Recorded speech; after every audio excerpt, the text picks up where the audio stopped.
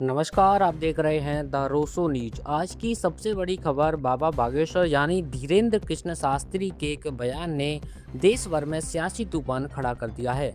बयान छत्रपति शिवाजी महाराज से जुड़ा है और मामला इतना संवेदनशील है कि महाराष्ट्र की राजनीति में भूचाल आ गया है।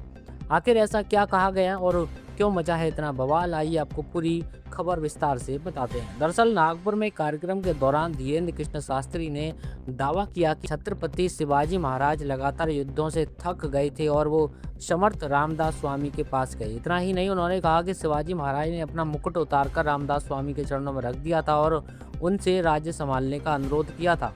अब ये दावा सामने आते ही विवाद शुरू हो गया। इतिहासकारों और विपक्षी नेताओं ने इस बयान को तथ्यों के खिलाफ और शिवाजी महाराज का अपमान बताया है, लेकिन विवाद यही नहीं रुका।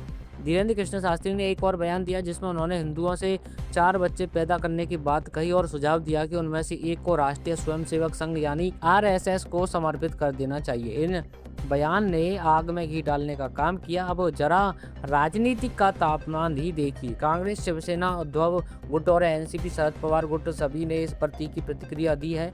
महाराष्ट्र कांग्रेस अध्यक्ष हर्षवर्धन सपकाल ने बयान की कड़ी निंदा की है। वहीं कांग्रेस नेता विजय वटेदीवार ने कहा है कि शिवाजी महाराज कभी थके नहीं थे, वे आखिरी सांस तक स्वराज के लिए लड़े। उन्होंने यह भी कहा कि शिवाजी द्वारा राज्य सौंपने की बात का कोई ऐतिहासिक प्रमाण नहीं है और सवाल उठाया गया कि जब ये बयान दिया जा रहा था तब मंच पर मौजूद मुख्यमंत्री देवेंद्र फडणवीस और केंद्रीय मंत्री नितिन गडकरी चुप क्यों रहे, यानी विपक्ष अब सीधे सरकार को घेर रहा है। उधर शिवसेना उद्धव गुट के नेता संजय राउत ने भी इसे ऐतिहासिक पाप बता दिया।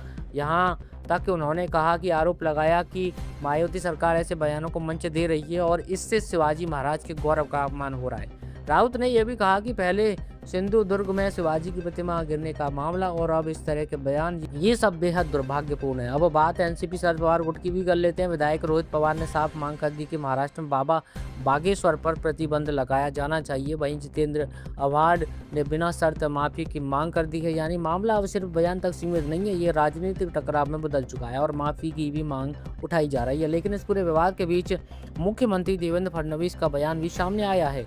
उन्होंने साफ कहा है कि इस तरह की बातों का कोई ऐतिहासिक आधार नहीं है। उन्होंने माना कि लोक कथाएं और अलग अलग कहानियां हो सकती हैं, लेकिन जहां तक दस्तावेजी इतिहास की बात है ऐसी घटना का कोई प्रमाण नहीं मिलता। फडणवीस ने यह भी कहा कि लोगों को शिवाजी महाराज के जीवन से जुड़े प्रमाणिक